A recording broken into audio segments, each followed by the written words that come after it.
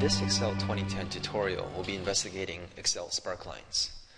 Now, it may sound very strange, but actually what it is quite simple. All it is, a SPARKLINE, is a small, tiny graph that fits into one cell.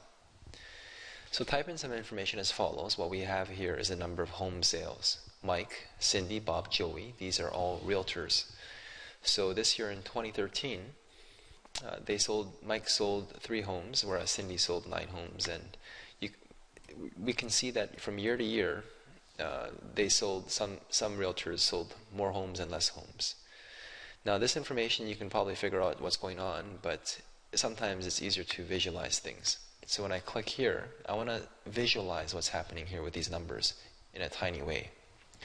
If I go to Insert, so I click on this cell here, I want the little mini graph to appear here for Mike. Insert. Don't insert line graph. That's a regular graph, regular chart. Move over to the right, and you can see that there's SPARKLINES. I'm going to choose line here, and it says here, what data do you want? We want this data. That's the data we want to investigate. It says here, choose where your SPARKLINE is to be placed. It automatically knows $F, $4 refers to F4, this cell here. Click OK. You can see that for Mike, he started off a little bit slow, but towards the latter years, he actually improved his home sales. Now, what about Cindy? Let's try something interesting here. We can go Insert. We can highlight it first, in fact. We can go to Insert, Line, and it automatically knows the data range, and the location range happens to be here. I want it to go here. So click on OK. You can see that Cindy's performance has been going down. Now let me just undo this and see if there's some other ways we can rapidly create this SPARKLINE table here. Excuse me.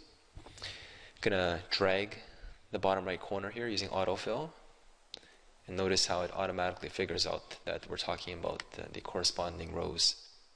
We can see that Bob here has a steady performance, whereas Joey here is very up and down.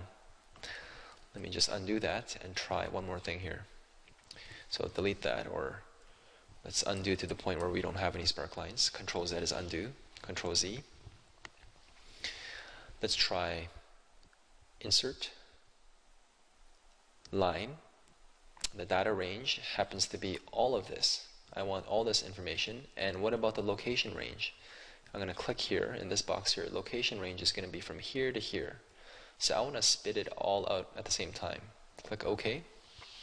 So pow, we have SPARKLINEs. We have mini graphs, which, by the way, we could have, if I undid this, I could have similarly highlighted all this information and went to Insert, Column, Graph. So here we have a regular chart, and when you create a chart, let me just undo that. Remember that you can similarly create lines, which would look like the SPARKLINE, and this is interesting. And going back to the SPARKLINE idea, keep in mind that when you create SPARKLINEs, so let me just try clicking here and going to Insert, Line. There's even SPARKLINEs for columns and win-losses as well. Let's try the column one. So the data range is here. Click and drag. Whereas the location range is correctly in F4, which is over here. Click on OK. You can see that we have here SPARKLINEs in a graphical form. Congratulations, you now have a better insight and understanding about SPARKLINEs.